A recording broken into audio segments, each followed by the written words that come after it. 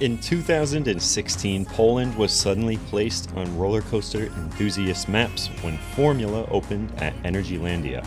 A brand new generation of Vekoma was just unleashed. Months later, another Vekoma opened just 1 hour away. They were no longer the outdated company using their tried and tested models. They were finally going for it.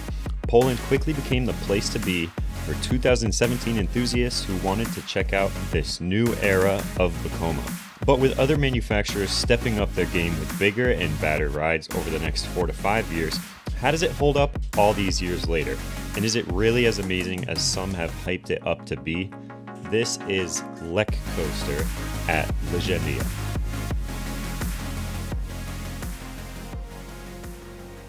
Lech Coaster begins with an impossibly steep-looking drop thanks to a tight bend to the right. From there, the ride continues into a mixture of curves, inversions, and elements, twisting left and right, dipping into trenches, and flying through the station. It's a small footprint with an incredible mix of everything.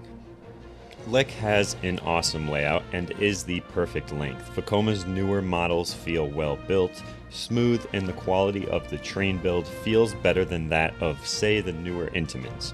I wish they would do away with the shoulder restraints, and I'm sure this design will come with time.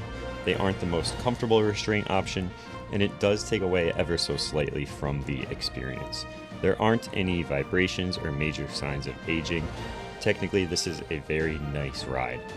If you've seen my Abyssus at Legendia review, you'll know that I was upset with the pacing of that ride. I'm happy to say that Lech does it almost perfectly. The whole ride is pretty insane.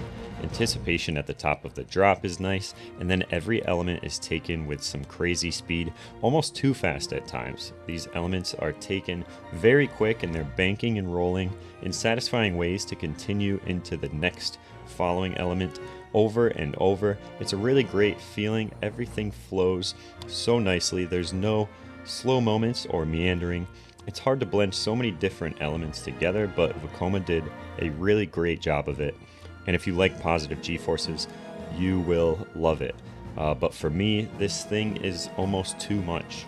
I think a ride should be balanced between a few intense moments that scare you a bit, and then also include nice airtime or hang time, and sustained moments of these to bring the fun.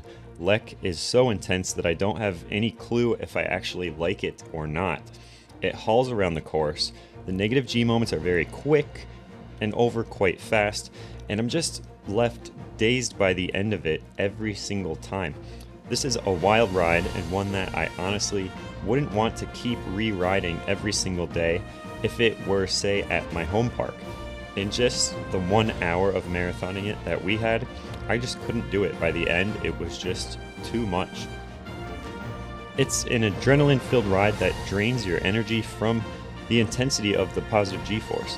If you look at Vekomas in 2022 and on now, you'll see they're designing with slightly less positive Gs that are sustained, and more of the hang time and air time elements that are just sustained a bit longer than you find in Lech Coaster.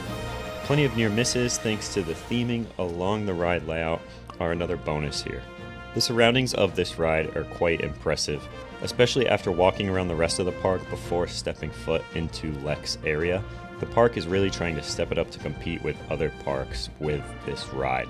Surrounding props and scenery seem detailed and sturdy enough to hold up for a while.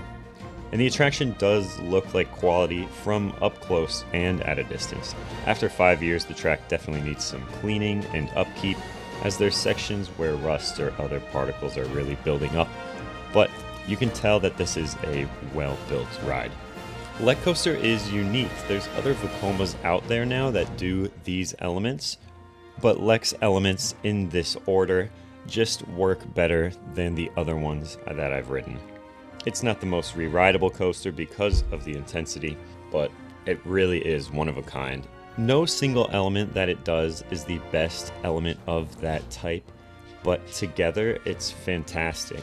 This ride is very, very good.